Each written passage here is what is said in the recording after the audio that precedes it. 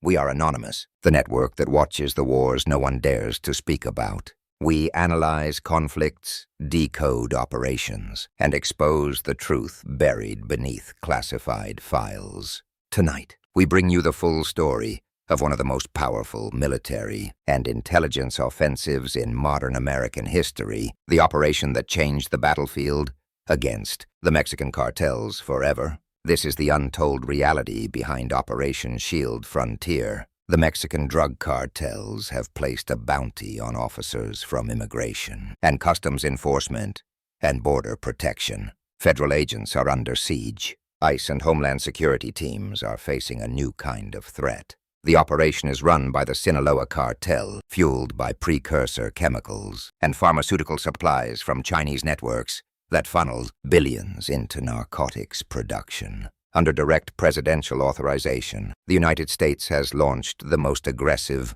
counter-narcotics and border security operation in its history. American forces across multiple regions have been mobilized to confront the cartels head-on. Operation Shield Frontier brings together the DEA, Homeland Security, the Marines, the Coast Guard, and local tactical units into a single synchronized command. Officials call it a total border lockdown, an effort to dismantle cartel command chains, seize smuggling routes, and neutralize threats before they reach American soil.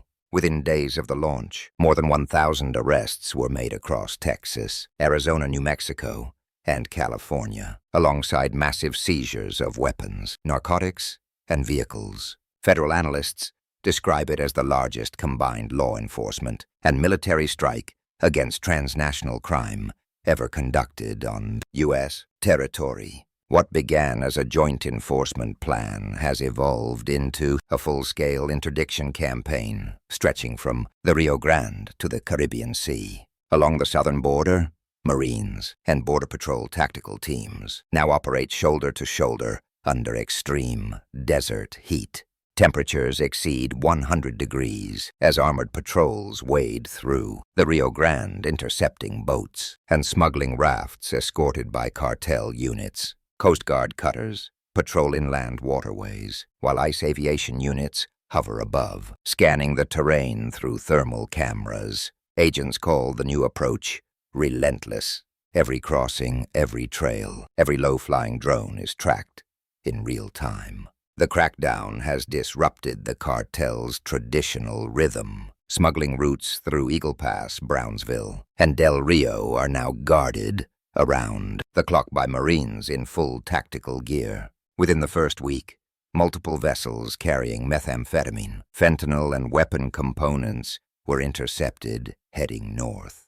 Officials say every seizure is a direct strike against cartel finances. They built their empire on predictable routes. "We've taken those routes away," one commander said.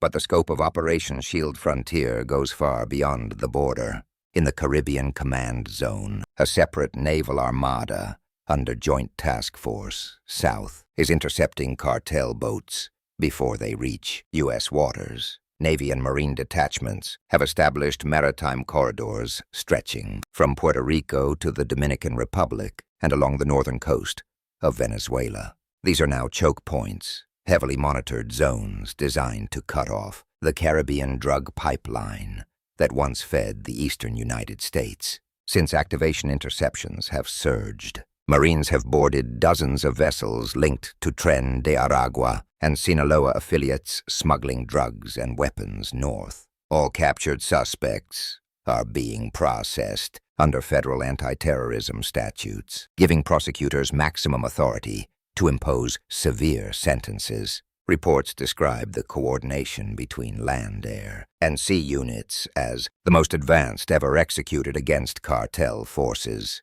Federal officials say the mission will not stop until every smuggling route, coastal staging hub, and financial connection between the cartels and the United States is destroyed. One Marine officer summarized it in plain words. "This is not a patrol. This is a campaign." From above, the operation looks surgical. For the first time in U.S. counter-narcotics history, F-35 aircraft and unmanned aerial squadrons from Puerto Rico and Corpus Christi are flying joint surveillance missions deep into the Caribbean corridor. Every suspicious movement, a truck convoy in the desert, or a fast boat leaving a cartel port, is visible to multiple command centers at once. At 30,000 feet, radar systems track heat signatures of vehicles, ships, and even individual runners moving through brush-covered terrain. Federal officials say this integration has built a digital wall, a defense grid so advanced that traffickers can no longer rely on stealth. Once identified coordinates are sent instantly to ground or naval units. In recent weeks, agents have intercepted cartel shipments within minutes of detection. The results are clear.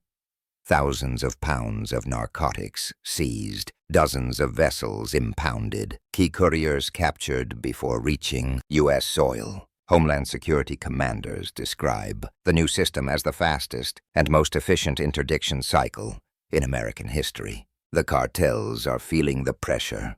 Intercepted communications among mid-level commanders reveal confusion and panic. Financial analysts inside Homeland Security investigations report that traffickers are losing millions each week as convoys are stopped and sea routes collapse. Factions like cjng and Sinaloa are trying to reroute shipments through Central America, but U.S. intelligence already tracks every detour. Drone patrols now extend hundreds of miles south, forcing smugglers to abandon vehicles, stash houses, and hidden airstrips once considered safe.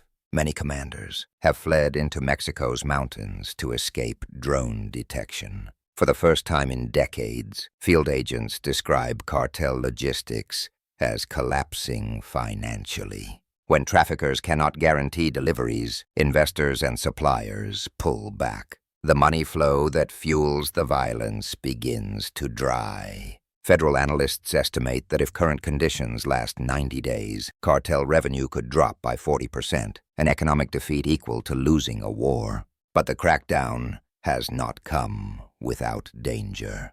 Intelligence confirms multiple assassination threats against the senior U.S. security officials and field commanders. Cartel sources have offered bounties between $25,000 and $50,000 for targeting ICE DEA and Homeland Security agents. Federal counterintelligence teams have verified credible chatter on encrypted networks, suggesting plots to follow American personnel and their families. Homeland Security responded with enhanced protection protocols, rotating agent assignments, limiting public travel, and deploying tactical support for those most at risk.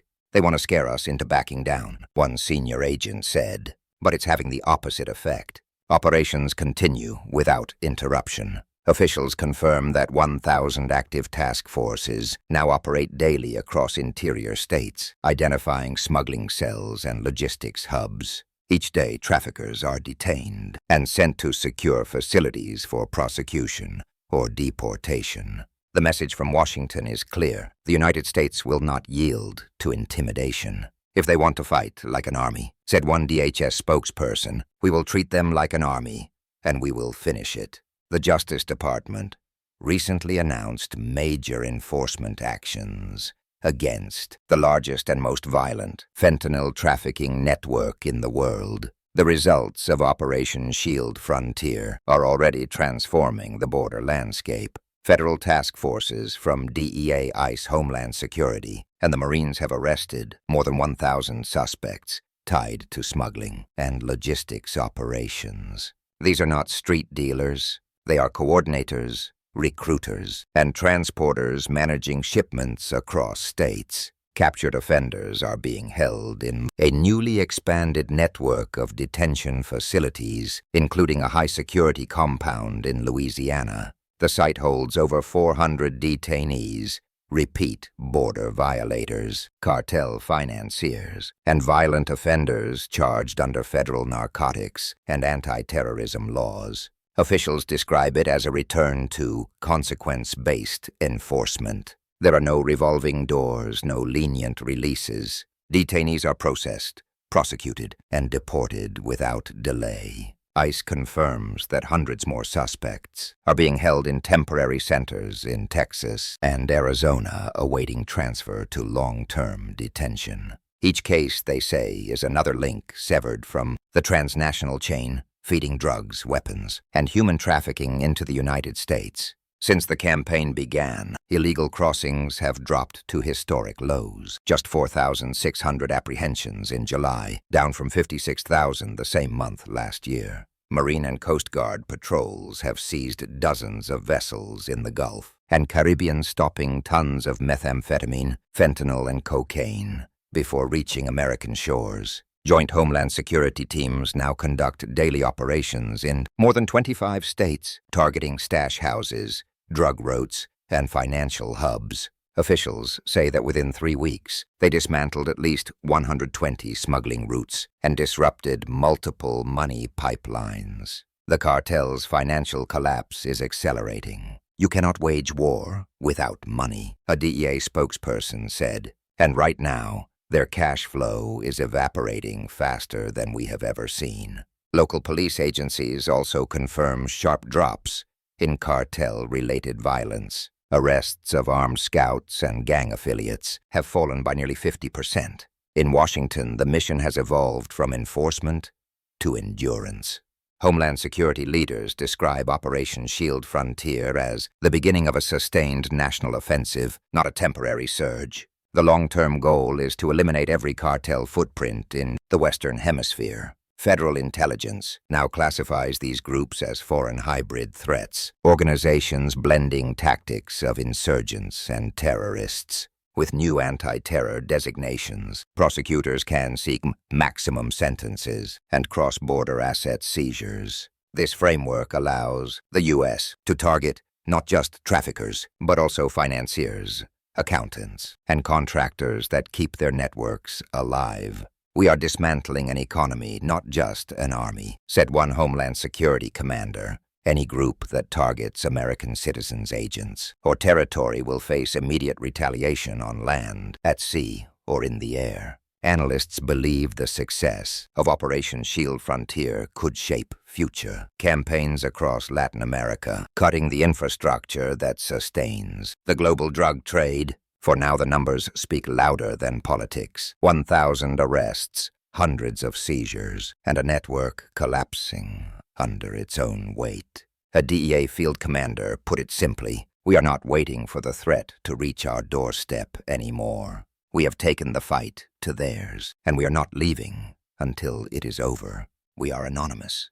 We expose what others hide. Remember, the fight against organized crime is not only fought by agents or soldiers. It depends on every citizen who demands truth, accountability, and justice. Share this message. Stand with those on the front line, because silence is complicity, and awareness is the first act of resistance.